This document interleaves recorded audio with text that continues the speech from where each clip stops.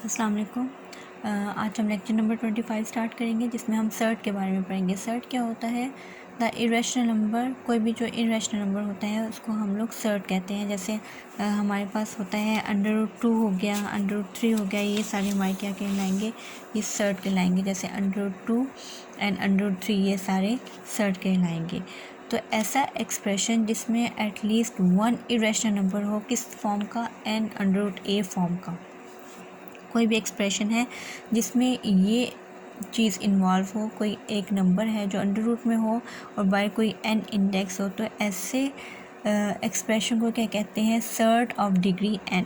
मसलन अगर ये उसमें इन्वॉल्व है तो हम कहेंगे this expression is called surd of degree 3। ये जो n होगा वो उसकी डिग्री कहलाएगी, उसकी डिग्री कहलाएगी। यहाँ पे सर्ट है जिसकी डिग्री क्या है? 3। इसी तरह हमारे पास 4√2 होगा तो इस सर्ट की डिग्री क्या होगी? 4। इसी तरह हमारे पास 305 है तो इसकी इस सर्ट की डिग्री क्या होगी? 3 होगी। ठीक है, तो ये हमने पढ़ लिया सर्ट के बारे में और सर्ट की डिग्री को एक्सप्रेशन जिसमें सर्ट इन्वॉल्व होगा उसकी डिग्री के बारे में पढ़ लिया ना। अब हम लोग देखते हैं कि सर्ट में अगर दो सर्ट हैं, जैसे मेरे पास एक √a प्लस √b है, इसी तरह का एक और है √a माइनस √b। इन दोनों का प्रोडक्ट अगर आप लें तो आप देख सकते हैं कि एक फार्मूला बन रहा है a plus B a minus B. तो इसका क्या, इसको ओपन करें a square minus B square, इसको ओपन करें √a का स्क्वायर माइनस √b का स्क्वायर, तो क्या आ जाता है? a minus B. यानी दो हमने सर्ट लिए थे और उन दोनों को प्रोडक्ट लिया है तो हमारे पास क्या आ गया? एक रैशनल नंबर आ गया है। ठीक है, एक रैशनल नंबर आ गया। तो ऐसे दोनों सर्ट को क्या कहते हैं? Conjugate surds. यानी ये इसका कॉन्जुगेट क्या है? ये, और इस सर्ट का कॉन्जुगेट क्या है? ये।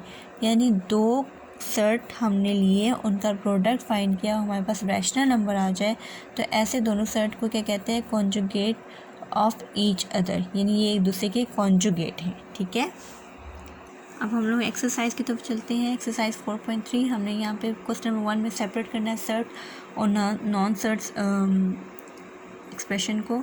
तो पहला वाला देखें तो ये एक परफेक्ट स्क्वायर बन रहा है। यहाँ पे तो सर्ट रहेगा ही नहीं, यानी रूट रहेगा ही नहीं। इसको सॉल्व करेंगे तो 2 आ जाएगा, तो ये सर्ट नहीं है बल्कि नॉन सर्ट है।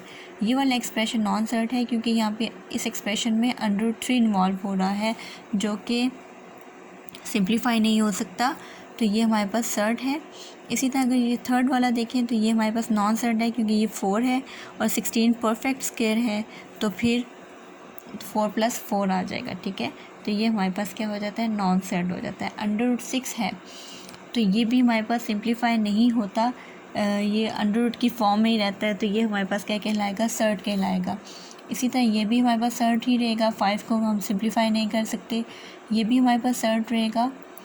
अगर ये वाला देखिए तो ये 2 + √4 इज़ अ परफेक्ट स्क्वायर, तो यहाँ से अंडर ख़त्म हो जाएगा तो 1/4 आ जाएगा।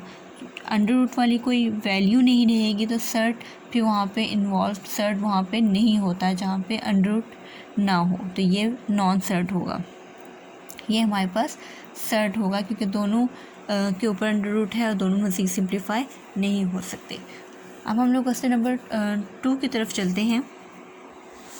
क्वेश्चन नंबर 2 में इसको सिंप्लीफाई करना है। ठीक है, तो हम लोग जो विदाउट सर्ट टर्म्स हैं उनको सेपरेट कर लेते हैं, सर्ट वाले टर्म्स को सेपरेट कर लेते हैं।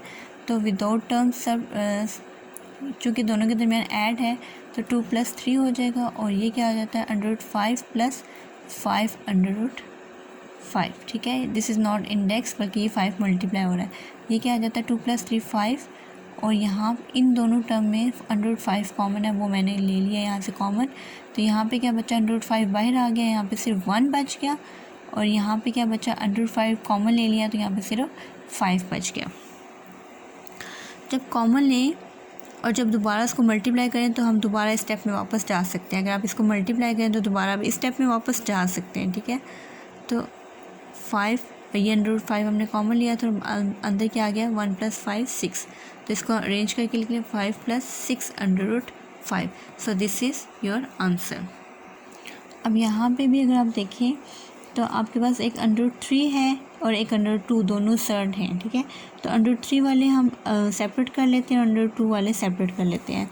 तो √3 दरमियान में प्लस है तो ये प्लस के साथ ही आएगा, और ये विद इट्स साइन सेपरेट कर लिया हमने इसको, ये हमने अरेंज करके लिखे। √3 वाले गट्ठे लिख लिए, √2 वाले गट्ठे लिख लिए और उनके साइन समेत लिखा है, ठीक है।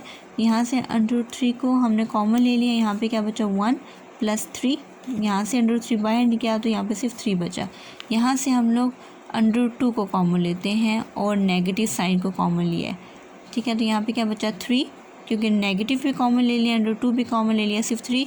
यहाँ से प्लस में से एक नेगेटिव बाहर चला गया तो एक माइनस अंदर रहेगा, और चूँकि √2 कॉमन ले लिए तो 1 यहाँ पे बचा। √3 1 + 3 4, यहाँ से देखिए -√2 और 3 - 1, 3 में से -2, तो इसको अरेंज करके लिख लें तो ये आ जाता है 4√3 - 2√2, ठीक है।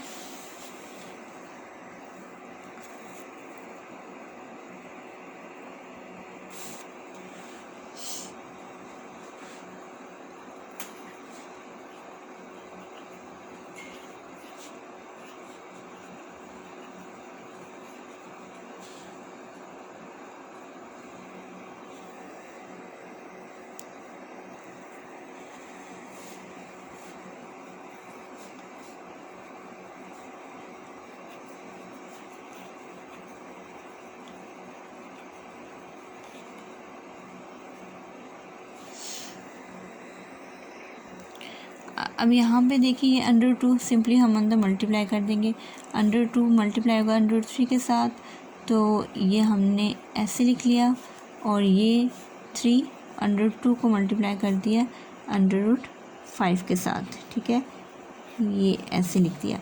अब ये जब दोनों के ऊपर √ है, दोनों को एक √ में लिख लेते हैं, 2 × 3 + 3 ऐसे ही, क्योंकि इसके ऊपर √ नहीं है तो ये दोनों एक √ में लिख लिए।